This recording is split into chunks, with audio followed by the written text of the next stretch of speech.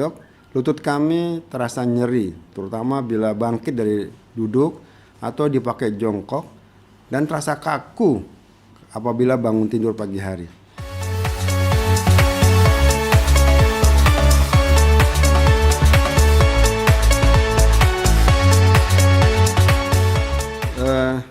Biasanya pasien-pasien datang kepada kami dengan mengeluh, "Dok, lutut kami terasa nyeri, terutama bila bangkit dari duduk atau dipakai jongkok, dan terasa kaku apabila bangun tidur pagi hari."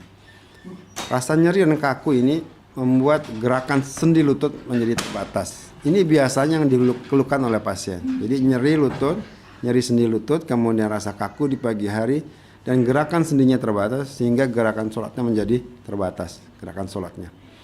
Tentu dokter harus memastikan betul nggak ini penyakit pengapuran. Ya, kemudian kami memeriksa, biasanya di lututnya teraba, terlihat menjadi lebih besar dibandingkan yang normal, bengkak maksudnya. Dan kadang-kadang kalau sudah parah, warna kulitnya berubah menjadi merah karena apa? Karena kadang-kadang kerusakan ini menimbulkan cairan-cairan sendi yang berlebihan sehingga terbentuk cairan di dalamnya sehingga menjadi bengkak. Itu nanti kita pastikan dengan pemeriksaan seorang dokter. Diperiksa apakah ada yang hangat, ada yang luka, atau kita periksa gerakan sendi lututnya. Biasanya kalau kita lakukan gerakan seperti ini terasa sakit pada sendi lutut, atau kalau kita tekuk juga terasa sakit, tidak bisa maksimal. Tapi ini juga masih banyak kemungkinannya, masih banyak penyakit lain yang juga menimbulkan rasa nyeri dan kaku pada lutut. Misalnya penyakit rematik sendi, penyakit asam urat, penyakit hemofili pada sendi lutut dan sebagainya. Oleh karena kita mesti memastikan. Biasanya saya melakukan pemeriksaan USG sebelum kita lakukan yang lain. Pada pemeriksaan USG itu kita bisa melihat ketebalan dari lapisan sendi lutut. Di buku saya itu ada buku saya ini, penyembuhan pengapuran sendi lutut, di halaman 16. Saya berikan contoh-contoh lapisan sendi lutut. Biasanya kalau pada normal dia masih tebal. Tapi dengan semakin bertambah penyakitnya, dia semakin menipis. Bahkan sampai menempel dengan sendi lututnya.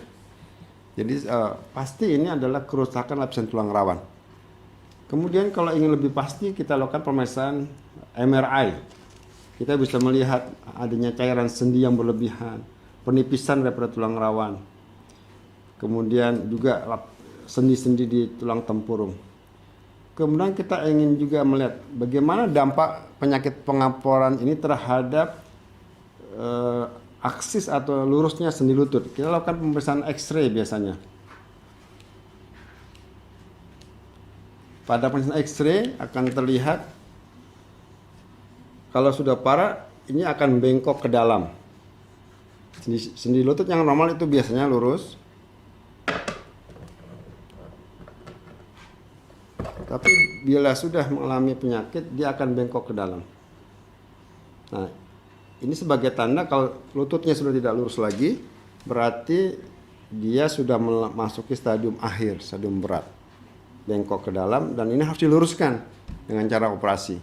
Tapi kalau belum bengkok, masih ada kerusakan pengapuran, dilihat di sini di X-ray-nya, mungkin masih bisa diobati yang sebelum operasi dengan obat-obatan, atau diinjeksi lututnya dengan berbagai macam sediaan obat sehingga rasa nyerinya berkurang, rasa kakunya berkurang, gerakannya bertambah luas. Tetapi kalau mau lebih pasti tentu dengan pemeriksaan teropong sendi.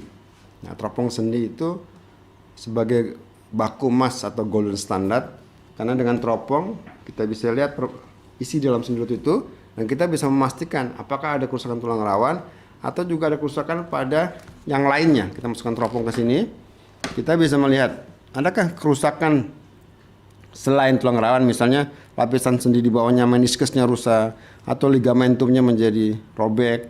Nah, itu lebih pasti lagi dengan alat teropong sendi, sehingga kita bisa memastikan lebih jelas ini sudah berat atau masih sedang atau masih ringan penyakitnya. Begitu Dokter Idam.